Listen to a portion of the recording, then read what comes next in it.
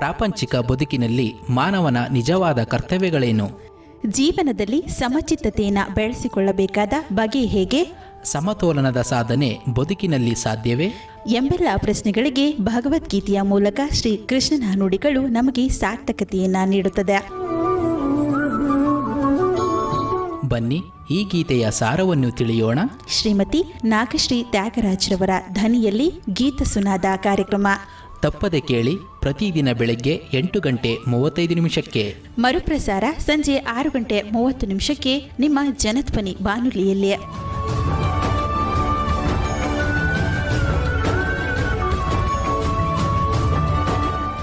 ಓಂ ಶ್ರೀ ಕೃಷ್ಣ ಪರಬ್ರಹ್ಮಣೇ ನಮಃ. ಶ್ರೀಮದ್ಭಗವದ್ಗೀತಾ. ಜನಧ್ವನಿಯ ಸಮಸ್ತ ಶ್ರೀಕೃಷ್ಣನ ಭಕ್ತರಿಗೆ ನಮಸ್ಕಾರಗಳು. ಗೀತಾ ಸುನಾದದ ಇಂದಿನ ಕಾರ್ಯಕ್ರಮದಲ್ಲಿ ನಾವು 6ನೇ ಅಧ್ಯಾಯವಾಗಿರುವ ಧ್ಯಾನ ಯೋಗದ 16ನೆಯ ಶ್ಲೋಕದ ಬಗ್ಗೆ ತಿಳಿದುಕೊಳ್ಳೋಣ. ಆ ಶ್ಲೋಕ ಇಂತಿದೆ: ನಾತ್ಯಶ್ನತಸ್ತು ಯೋಗೋಸ್ತಿ ನ ಚೈಕಾಂತ ಮನಶ್ನತಃ ನ ಚಾತಿ ಸ್ವಪ್ನಶೀಲಸ್ಯ ಜಾಗ್ರತೋ ನೈವ ಚಾರ್ಜುನ.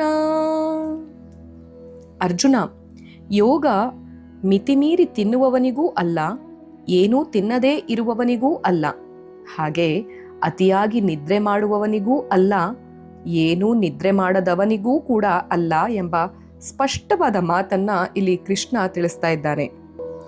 ಒಂದು ಸಮಯದಲ್ಲಿ ಈ ಮನಸ್ಸು ಎಂಬುದು ದೇಹಕ್ಕೆ ಅಂಟಿಕೊಂಡಿರುವಂತೆ ಕಾಣುತ್ತೆ.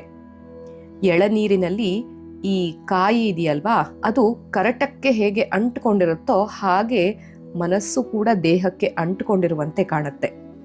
ಆದರೆ ನೀರು ಇಂಗಿ ಕಾಯಿ ಇರುವಂಥದ್ದು ಕೊಬ್ಬರಿ ಆದಾಗ ಅದು ಕರಟದ ಒಳಗೆ ಇದ್ದರೂ ಕೂಡ ಬೇರೆ ಬೇರೆಯಾಗಿ ನಮಗೆ ಒಂದು ಅಲ್ಲಾಡುವಂಥ ಒಂದು ಶಬ್ದ ಕೇಳಿಸುತ್ತೆ. ಅಂದರೆ ತೆಂಗಿನಕಾಯಿ ಒಳಗಡೆ ಇರುವಂಥ ಕರಟ ಅಂಟಿಕೊಂಡಿದ್ದರೂ ಕೂಡ ಸ್ವಲ್ಪ ಸಮಯದ ನಂತರ ಅದರೊಳಗಿರುವಂಥ ನೀರೆಲ್ಲ ಇಂಗಿ ಅದು ಕೊಬ್ಬರಿಯಾಗಿ ತೆಂಗಿನ ಒಂದು ಕಾಯಿಯಿಂದ ಬೇರ್ಪಡುತ್ತೆ. ಅದು ಕೊಬ್ಬರಿ ಅಂತ ಹೇಳಿ ಪ್ರತ್ಯೇಕವಾಗಿ ಅದಕ್ಕೊಂದು ಹೆಸರನ್ನ ಪಡೆಯುತ್ತೆ. ಅದರಂತೆಯೇ ಮುಕ್ತಾವಸ್ಥೆಗೆ ಬಂದಿರುವಂತಹ ಮನುಷ್ಯ, ಯೋಗ ಜೀವನ ಇನ್ನೂ ಪ್ರಾರಂಭದ ಸ್ಥಿತಿಯಲ್ಲಿರುವವನಿಗೆ ದೇಹ ಮತ್ತು ಮನಸ್ಸಿಗೆ ಒಂದು ಸಂಬಂಧ ಇರುತ್ತೆ. ಯಾವುದಾದ್ರೂ ಕೂಡ ಒಂದರ ಮೇಲೆ ಬದಲಾವಣೆ ಆದರೆ ಅದು ಇನ್ನೊಂದರ ಮೇಲೆ ತನ್ನ ಪರಿಣಾಮವನ್ನ ಬೀರುತ್ತೆ. ಈ ಸಮಯದಲ್ಲಿ ಒಬ್ಬ ಜೋಪಾನವಾಗಿರಬೇಕು. ಸಾಧ್ಯವಾದಷ್ಟು ಕೂಡ ದೇಹ ಮನಸ್ಸಿನೊಂದಿಗೆ ಸಹಕರಿಸಬೇಕು. ದೇಹವು ಮನಸ್ಸನ್ನೇ ತನ್ನ ಕೆಡೆಗೆ ಸೆಳೆಯಕೂಡದು. ಹಾಗಾಗಿ ಯಾರು ಮಿತಿಮೀರಿ ಊಟ ಮಾಡ್ತಾರೋ ಅವರು ತಮೋಗುಣಿಗಳಾಗ್ತಾರೆ. ತಮಸ್ಸು ಅನ್ನುವಂಥದ್ದು ಆವರಿಸುತ್ತೆ. ಊಟ ಮಾಡಿರುವಂತಹ ಒಂದು ಅಡುಗೆಯನ್ನ ಅರಗಿಸುವುದಕ್ಕಾಗಿಯೇ ದೇಹದ ರಕ್ತದ ಬಹುಭಾಗವೆಲ್ಲ ವ್ಯರ್ಥವಾಗಿ ಹೋಗುತ್ತೆ. ಇನ್ನು ಅಲ್ಲೇ ವ್ಯರ್ಥವಾಗಿ ಹೋದ್ರೆ ಈ ರಕ್ತದ ಪರಿಚಲನೆಯ ಒಂದು ಶಕ್ತಿ ಆಲೋಚನೆಗೆ ಹೇಗೆ ವಿನಿಯೋಗ ಆಗತ್ತೆ? ಹಾಗಾಗಿ ಮನಸ್ಸು ದೇಹದ ಮೇಲೆಯೇ ಹೆಚ್ಚು ವಾಲುತ್ತಾ ಹೋದ್ರೆ ದೇಹವನ್ನ ದೃಢವಾಗಿ ಮತ್ತು ಆರೋಗ್ಯವಾಗಿ ಇಡುವುದಕ್ಕೆ ಎಷ್ಟು ಬೇಕೋ ಅಷ್ಟನ್ನು ಮಾತ್ರ ನಾವು ತಿನ್ನಬೇಕು. ಯೋಗಿಯಾಗುವುದು ಎಂದರೆ ದೊಡ್ಡ ವ್ಯಕ್ತಿಯಾಗುವುದಲ್ಲ. ಯೋಗ ಜೀವನಕ್ಕೆ ಲಘುವಾದ ಮತ್ತು ದೃಢವಾದ ದೇಹ ಬೇಕು. ಅಂತಹ ದೇಹವನ್ನು ಪೋಷಿಸುವುದಕ್ಕೆ ಎಷ್ಟು ಬೇಕೋ ಅಷ್ಟು ತಿನ್ನಬೇಕು. ಅದರಂತೆಯೇ ಯಾರು ಬಹಳ ಕಡಿಮೆ ಊಟ ಮಾಡ್ತಾರೋ ಅವರಿಗೂ ಕೂಡ ಯೋಗ ಜೀವನ ಸಾಧ್ಯವಿಲ್ಲ. ಯಾಕೆ ಅಂದರೆ ಕಡಿಮೆ ಊಟ ಮಾಡ್ತಾ ಹೋದ್ರೆ ದೇಹ ದುರ್ಬಲವಾಗುತ್ತೆ. ದೇಹ ಆರೋಗ್ಯದಿಂದ ಬಲವಾಗಿದ್ದಾಗಲೇ ಕುಳಿತುಕೊಂಡು ಧ್ಯಾನ ಮಾಡುವುದು ಕಷ್ಟ. ಇನ್ನು ದುರ್ಬಲ ದೇಹವನ್ನು ಕಟ್ಕೊಂಡು ಯಾರೂ ಕೂಡ ಧ್ಯಾನ ಮಾಡ್ಲಿಕ್ಕೆ ಸಾಧ್ಯ ಇಲ್ಲ.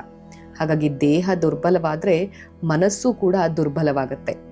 ದುರ್ಬಲವಾದ ಮನಸ್ಸಿನಿಂದ ಧ್ಯಾನ ಸಾಧ್ಯವಾ? ಖಂಡಿತವಾಗಿಯೂ ಇಲ್ಲ. ಹಾಗಾಗಿ ನೀರಿನ ವೇಗ ಹೆಚ್ಚಾಗಿದ್ರೆ ಮಾತ್ರ ಅದರಿಂದ ನಾವು ವಿದ್ಯುತ್ ಶಕ್ತಿಯನ್ನ ಉತ್ಪತ್ತಿ ಮಾಡಬಹುದು. ಈ ನೀರಿನ ವೇಗದಂತೆಯೇ ಒಂದು ಬಲವಾದ ಆಲೋಚನೆ.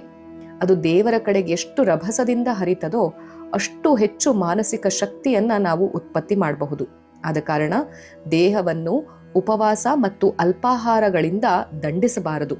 ಇದರಿಂದ ಯಾವ ಮಾನಸಿಕ ಪ್ರಯೋಜನವೂ ಕೂಡ ಆಗೋದಿಲ್ಲ. ಹೆಚ್ಚು ತಿನ್ನುವುದು ಕೂಡ ಯೋಗ ಜೀವನಕ್ಕೆ ಎಷ್ಟು ಹಾನಿಯೋ ಕಡಿಮೆ ತಿನ್ನುವುದು ಕೂಡ ಅಷ್ಟೇ ದೊಡ್ಡ ಹಾನಿ.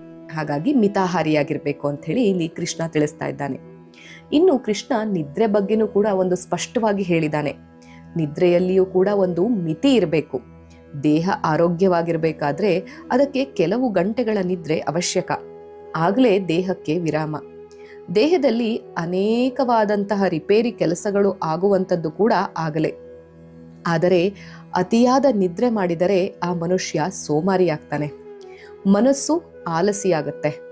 ಧ್ಯಾನಕ್ಕೆ ಕುಳಿತುಕೊಂಡು ಆಗೇನಾದ್ರೂ ನಾವು ಧ್ಯಾನ ಮಾಡಬೇಕು ಅಂತ ಕೂತ್ರೆ ನಿದ್ರಾದೇವಿ ಅನ್ನೋಳು ಆಗ್ಲೇ ಸವಾರಿ ಮಾಡ್ಬಿಡ್ತಾಳೆ ನಮ್ಮ ಮೇಲೆ. ಹಾಗಾಗಿ ಧ್ಯಾನಕ್ಕೆ ಅತ್ಯಂತ ಅವಶ್ಯಕವಾಗಿರುವಂಥದ್ದೇ ಒಂದು ಜಾಗೃತವಾದ ಮನಸ್ಸು. ಆ ಜಾಗೃತವಾದ ಮನಸ್ಸಿಲ್ಲದೆ ಅರ್ಧ ನಿದ್ದೆನಲ್ಲಿ ನಾವು ಧ್ಯಾನಕ್ಕೆ ಕೂತ್ರೆ ಆಗ ಧ್ಯಾನ ಸಿದ್ಧಿಸುವುದಾದ್ರೂ ಹೇಗೆ? ಆದ ಕಾರಣ ಊಟದಲ್ಲಿ ಹೇಗೆ ಒಂದು ಮಿತಿ ಇರಬೇಕು, ನಿದ್ರೆಯಲ್ಲಿಯೂ ಕೂಡ ಒಂದು ಮಿತಿ ಇರಬೇಕು. ಹಾಗೆ ಕಡಿಮೆ ನಿದ್ರೆ ಮಾಡುವವನಿಗೂ ಯೋಗ ಜೀವನ ಸಾಧ್ಯ ಇಲ್ಲ. ಅವನ ಮನಸ್ಸಿಗೆ ಒಂದು ಸ್ವಾಸ್ಥ್ಯವೇ ಇರುವುದಿಲ್ಲ. ದೇಹಕ್ಕೆ ಸಾಕಷ್ಟು ವಿರಾಮ ಸಿಕ್ಕದೇ ಇದ್ರೆ ಮನಸ್ಸು ಕೂಡ ಸರಿಯಾಗಿ ಕೆಲಸ ಮಾಡೋದಿಲ್ಲ. ಕೆಲವು ವೇಳೆ ನೋಡಿ, ಈ ಶಿವರಾತ್ರಿನಲ್ಲಿ ನಾವು ಇಡೀ ರಾತ್ರಿ ಜಾಗರಣೆ ಇರ್ತೀವಿ ಅಂತ ಹೇಳಿ ಜಾಗರಣೆ ಮಾಡ್ತಾರೆ. ಆದರೆ ಮರುದಿನ ನಿಂತ ಕಡೆ ಕುಳಿತ ಕಡೆ ತೂ ಕುಡಿಸ್ತಾ ಇರ್ತಾರೆ. ಹಾಗಿದ್ಮೇಲೆ ಇನ್ ಹೇಗೆ ಧ್ಯಾನ ಮಾಡಿರ್ಬೋದು ಅವರು? ಧ್ಯಾನ ಮಾಡುವುದು ಎಂದರೆ ಹಾಡುವುದಕ್ಕೆ ತಂಬೂರಿಯನ್ನ ಶ್ರುತಿ ಮಾಡಿದಂತೆ. ತಂತಿ ಅಳ್ಳಕವಾಗಿದ್ರೆ ಚೆನ್ನಾಗಿ ಶ್ರುತಿ ಬರೋದಿಲ್ಲ. ಹಾಗಾಗಿ ತಂತಿಯನ್ನ ಬಿಗಿಯಾಗಿ ಕಟ್ಟಿದ್ರೆ ಅದು ಅಪಾಯ ಆಗತ್ತೆ. ಹಾಗಾಗಿ ಒಂದು ಮಧ್ಯಮ ಮಾರ್ಗದಲ್ಲಿ ಇರಬೇಕು, ಆಗ ಮಾತ್ರ ಒಂದು ಶ್ರುತಿ ಕೊಡುತ್ತೆ. ಹಾಗಾಗಿ ಯೋಗ ಎನ್ನುವಂಥದ್ದು ಒಬ್ಬ ಯೋಗಿಗೆ ಹೇಗೆ ಸಾಧ್ಯ ಮಾಡ್ಕೊಳ್ಬಹುದು ಅನ್ನೋದನ್ನ ಕೃಷ್ಣ ಭೌತಿಕವಾಗಿಯೂ ಕೂಡ ನಮಗೆ ತಿಳಿಸಿದ್ದಾನೆ. ಹಾಗಾಗಿ ಭಗವದ್ಗೀತೆ ಅನ್ನುವುದು ಕೇವಲ ಮನಸ್ಸು ಮತ್ತು ಬುದ್ಧಿಗೆ ಮಾತ್ರ ಸಂಬಂಧಪಟ್ಟಿದ್ದಲ್ಲ.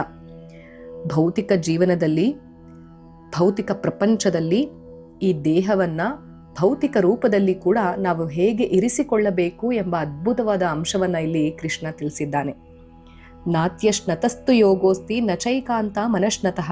ಜಾಸ್ತಿನೂ ತಿನ್ಬೇಡಪ್ಪ, ಹಾಗಂತ ತುಂಬ ಕಡಿಮೆನೂ ತಿನ್ಬೇಡ. ಅದಕ್ಕೆ ಒಂದು ನಮ್ಮ ಕನ್ನಡ ಸಾಹಿತ್ಯದಲ್ಲಿಯೂ ಕೂಡ ಒಂದು ಮಾತಿದೆ. ಅದನ್ನು ಸಂಸ್ಕೃತದಲ್ಲಿ ಹೀಗೆ ಹೇಳ್ತಾರೆ, ಹಿತಬುಕ್ ಮಿತಬುಕ್ ಋತಬುಕ್ ಅಂತ ಹೇಳಿ.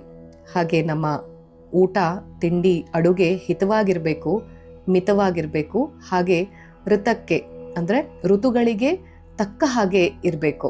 ಹಾಗಿದ್ದಾಗ ಮಾತ್ರ ನಮ್ಮ ಊಟ ಆರೋಗ್ಯಕರವಾಗಿರುತ್ತೆ ಅಂತ ಹೇಳಿ. ಹಾಗಾಗಿ ಏನು ತಿನ್ನದೇ ಇರುವವನಿಗೂ ಅಲ್ಲ, ಏನು ತಿನ್ನದೆ ಹೋದೆ ದೌರ್ಬಲ್ಯ ಆಗೋಗ್ಬಿಡತ್ತೆ.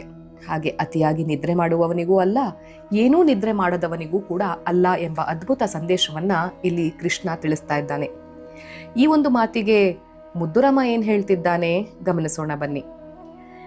ಇದೇ ವಾಕು ಇದೇ ಅರ್ಥ ಹಿರಿದೆನುವ ಶಕ್ತಿಯಲಿ, ಇದೇ ವಾಕು ಇದೇ ಅರ್ಥ ಹಿರಿದೆನುವ ಶಕ್ತಿಯಲಿ, ಗೋಪುರದ ಗುಡಿಯೊಂದು ಕಲ್ಲು ಮಣ್ಣಲ್ಲ, ತುದಿ ಮೊದಲ ನರಿತಂತೆ ನಂಬಿಕೆಯ ಸೋಪಾನ, ತುದಿ ಮೊದಲ ನರಿತಂತೆ ನಂಬಿಕೆಯ ಸೋಪಾನ, ಜಗದಗಲ ಈ ಸತ್ಯ ಮುದ್ದು ರಾಮ, ಜಗದಗಲ ಈ ಸತ್ಯ ಮುದ್ದು ರಾಮ.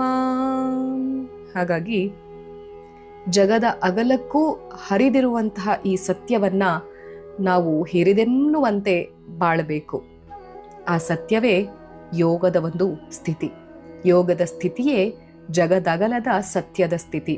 ಅದಕ್ಕೆ ಸದಾಕಾಲ ನಾವು ಸಮರ್ಪಣೆಯ ಜೀವನವನ್ನ ಸಾಗಿಸಿದ್ದೇ ಆದಲ್ಲಿ ಈ ಜೀವನವನ್ನ ಹಸನ್ಮುಖಿಯಾಗಿ ಬದುಕಬಹುದು.